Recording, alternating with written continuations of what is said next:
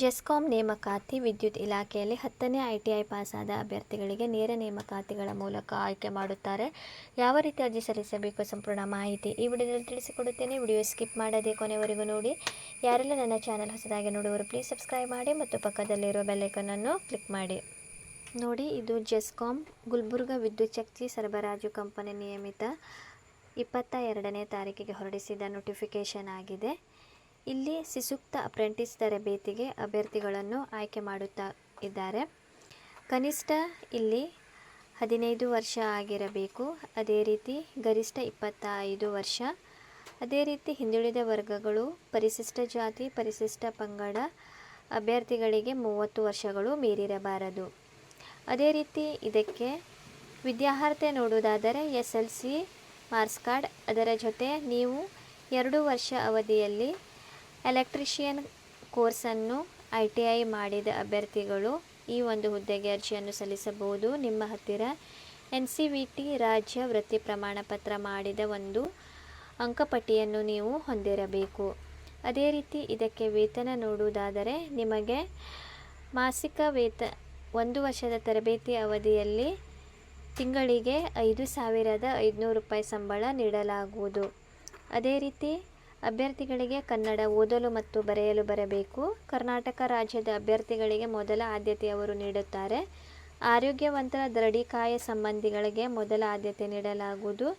ಅಂಗವಿಕಲರು ಅರ್ಜಿಯನ್ನು ಸಲ್ಲಿಸಲು ಇಲ್ಲಿ ಅವಕಾಶ ಇಲ್ಲ. ಒಂದು ಸಲ ವೃತ್ತಿ ತರಬೇತಿ ಪೂರ್ಣಗೊಳಿಸಿರುವ ಅಭ್ಯರ್ಥಿಗಳಿಗೆ ಪುನಃ ಅವಕಾಶ ಇರುವುದಿಲ್ಲ. ಅಂದರೆ ನೀವು ಬೇರೆ ಯಾವುದಾದರೂ ಒಂದು ಇಲಾಖೆಯಲ್ಲಿ ಅಪ್ರೆಂಟಿಸ್ ಹುದ್ದೆ ಮಾಡಿದರೆ ಪುನಃ ನೀವು ಈ ಒಂದು ಅಪ್ರೆಂಟಿಸ್ ತರಬೇತಿಗೆ ಸಲುವಾಗಿ ಅಪ್ಲಿಕೇಶನ್ ಹಾಕಲು ಅವಕಾಶ ಇಲ್ಲ ಅಂತ ಹೇಳಿದ್ದಾರೆ.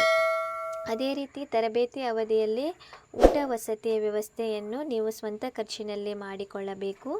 ತರಬೇತಿ ಅವಧಿಯಲ್ಲಿ ತರಬೇತಿ ಸಂಸ್ಥೆ ನಿಯಮ ಮತ್ತು ಶಿಸ್ತು ಪಾಲಿಸಬೇಕಂತ ತಿಳಿಸಿದ್ದಾರೆ.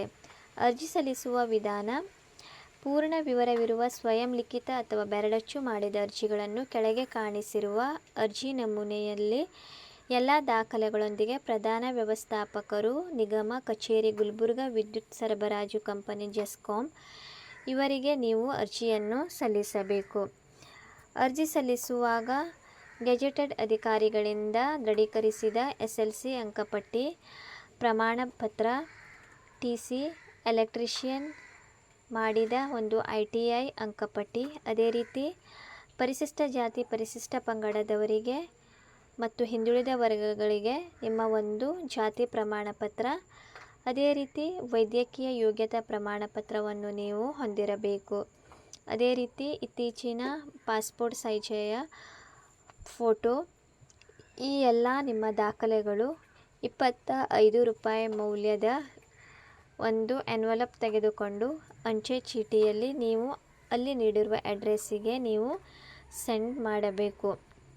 ಅದೇ ರೀತಿ ದಿನಾಂಕ 13/9/2024 ಸಾಯಂಕಾಲ 5 ಗಂಟೆಯ ಒಳಗೆ ನೀವು ಈ ಒಂದು ಅರ್ಜಿಯನ್ನು ನೀವು ಸಲ್ಲಿಸಬೇಕು. ಅದೇ ರೀತಿ ಒಟ್ಟು ಆಯ್ಕೆ ITI ಎಲೆಕ್ಟ್ರಿಷಿಯನ್ ವೃತ್ತಿಯಲ್ಲಿ ಗರಿಷ್ಠ ಅಂಕಗಳ ಆಧಾರದ ಮೇಲೆ ಮೀಸಲಾತಿ ರೋಸ್ಟರ್ ಪ್ರಕಾರ 221 ಹುದ್ದೆ ಇಲ್ಲಿ ಖಾಲಿ ಇದೆ. ನೀವು ಪಡೆದ ITI ಎಲೆಕ್ಟ್ರಿಷಿಯನ್ನಲ್ಲಿ ಪಡೆದ ಅಂಕಗಳ ಆಧಾರದ ಮೇಲೆ ನಿಮ್ಮನ್ನು ನೇರವಾಗಿ ಅವರು ಆಯ್ಕೆ ಮಾಡುತ್ತಾರೆ. ಅದೇ ರೀತಿ ಇಲ್ಲಿ ಎಷ್ಟು ಒಂದು ಕ್ಯಾಟಗರಿಗೆ ಹುದ್ದೆಗಳು ಇಲ್ಲಿ ವರ್ಗೀಕರಣ ಕೂಡ ಮಾಡಿದ್ದಾರೆ. ನೀವು ಅರ್ಜಿಯನ್ನು ಸಲ್ಲಿಸುವವರು ಇಲ್ಲಿ ನೀವು ನೋಡಬಹುದು. ಏನಾದರೂ ಡೌಟ್ ಇದ್ದರೆ ಕೂಡ ನೀವು ಕಮೆಂಟ್ ಸೆಕ್ಷನ್ನಲ್ಲಿ ಕೇಳಬಹುದು. ಹೆಚ್ಚಿನ ಮಾಹಿತಿಗಾಗಿ ನಾನು ಡಿಸ್ಕ್ರಿಪ್ಷನಲ್ಲಿ ಲಿಂಕನ್ನು ಕೂಡ ನೀಡುತ್ತೇನೆ. ನೀವು ಅಲ್ಲಿಂದ ಹೆಚ್ಚಿನ ಮಾಹಿತಿಯನ್ನು ಪಡೆಯಬಹುದು.